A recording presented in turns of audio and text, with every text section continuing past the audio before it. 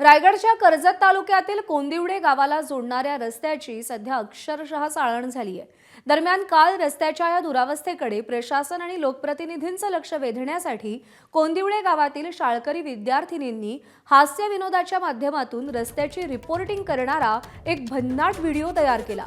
दरम्यान या विद्यार्थिनींशी आमच्या प्रतिनिधींनी चर्चा केली आहे, पाहूया।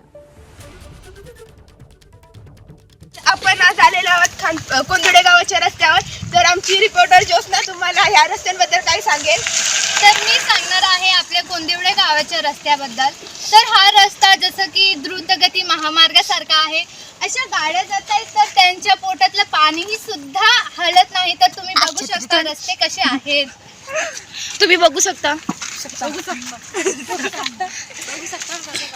खड्ड्यात रस्ता आहे की रस्त्यात खड्डा आहे काहीच कळत नाहीये। तर आजची न्यूज इथे संपते। रिपोर्टर नेहा घारे सोबत कॅमेरामन मानसी पवार।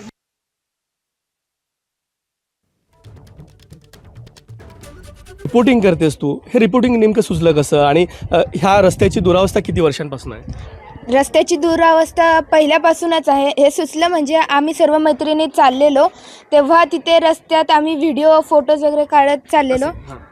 आम्ही रस्त्यात व्हिडिओज फोटोज वगैरे काढत मजा मस्ती करत चाललेलो। तर तिथं रस्ते दिसले, त्याच्यावर असं वाटलं की ह्यांच्यावर काहीतरी व्हिडिओ करावी म्हणून ती व्हिडिओ केली। बातमी बघतेस तू? हो, एबीपी माझा चॅनल बघते दररोज। ज्योत्स्ना तिथे रिपोर्टर आहे आणि तू एक प्रतिक्रिया देतेस नागरिक म्हणून। मला फक्त एवढंच सांगायचं होतं की रस्ते आम्हाला चांगले बनवून द्यावे असंच माझं म्हणणं होतं। आणि जसं की नेहा मला विचारत होती तेव्हा त्याच दिवशी आम्हाला शिकवलं होतं की द्रुतगती महामार्ग किंवा आमचे सर बोलले होते की त्यांना येण्यासाठी ते तिकडनं लांब नाही येतात शाळेमध्ये, तर खड्ड्यांमध्ये त्यांच्या पोटातलं पाणीसुद्धा हलत नाही असे ते बोलत होते। तर तेच मला सुचलं आणि मीही बोलले ते।